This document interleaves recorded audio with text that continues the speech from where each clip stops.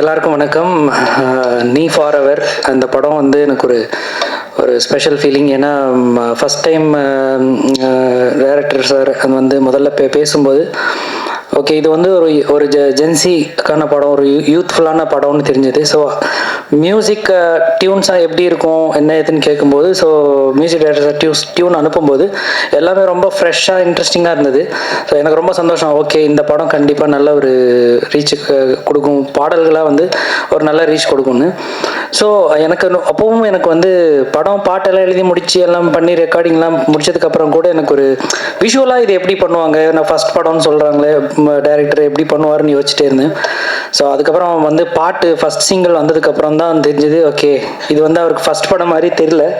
So ரொம்ப ப்ரில்லியண்ட்டாக visual பண்ணியிருந்தாங்க. ரொம்ப சந்தோஷம். இந்த மாதிரி ஒரு க்ரூவில் வந்து ஒரு லிரிசிஸ்டாக இருக்கிறதுல ரொம்ப சந்தோஷப்படுறேன்.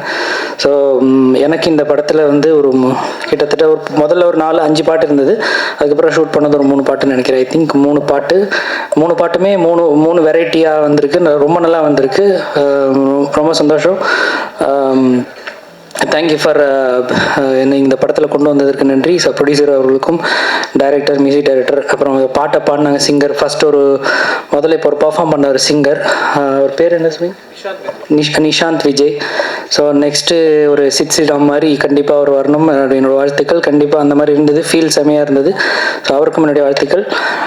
அப்புறம் சிறப்பு விருந்தினராக வந்திருக்கக்கூடிய தன்தீன் சார் அவருக்கும் என்னுடைய நன்றி. அவரோட படத்துலேயும் நான் ஒர்க் பண்ணியிருக்கேன். ஸோ நம்ம சாரோட படத்துலேயும் வந்து ஹரிபாஸ்கர் படத்துலேயும் ஒர்க் பண்ணியிருக்கேன். ஸோ எனக்கு அதுவும் மேடையில் அவங்களோட பகிர்ந்துக்கிறதுல சந்தோஷம். மற்றும் இந்த படத்தில் சீனியர் டெக்னீஷியனாக இருக்கக்கூடிய தன்னுடைய அனுபவத்தையே வந்து அவ்வளோ எங்களோட வயசாக இருக்கும். ஸோ அந்த மாதிரி ஒய்ஜி மகேந்திரன் சார் அவருக்கு என்னுடைய மனமார்ந்த நன்றிகள். ஏன்னா அவர் மாதிரி ஒருத்தர் மேடையில் இருக்கிறது எங்களுக்கெல்லாம் வந்து ஒரு பிளெஸிங்னு நினைக்கிறேன். ஸோ எல்லாருக்கும் நன்றி. இந்த படம் வெற்றியடைய வாழ்த்துக்கள். அதுவும் இல்லாமல் எல்லாருமே தேட்டரில் வந்து இந்த படத்தை பெருசாக சப்போர்ட் பண்ணணும்னு நான் கேட்டுக்கிறேன். நன்றி.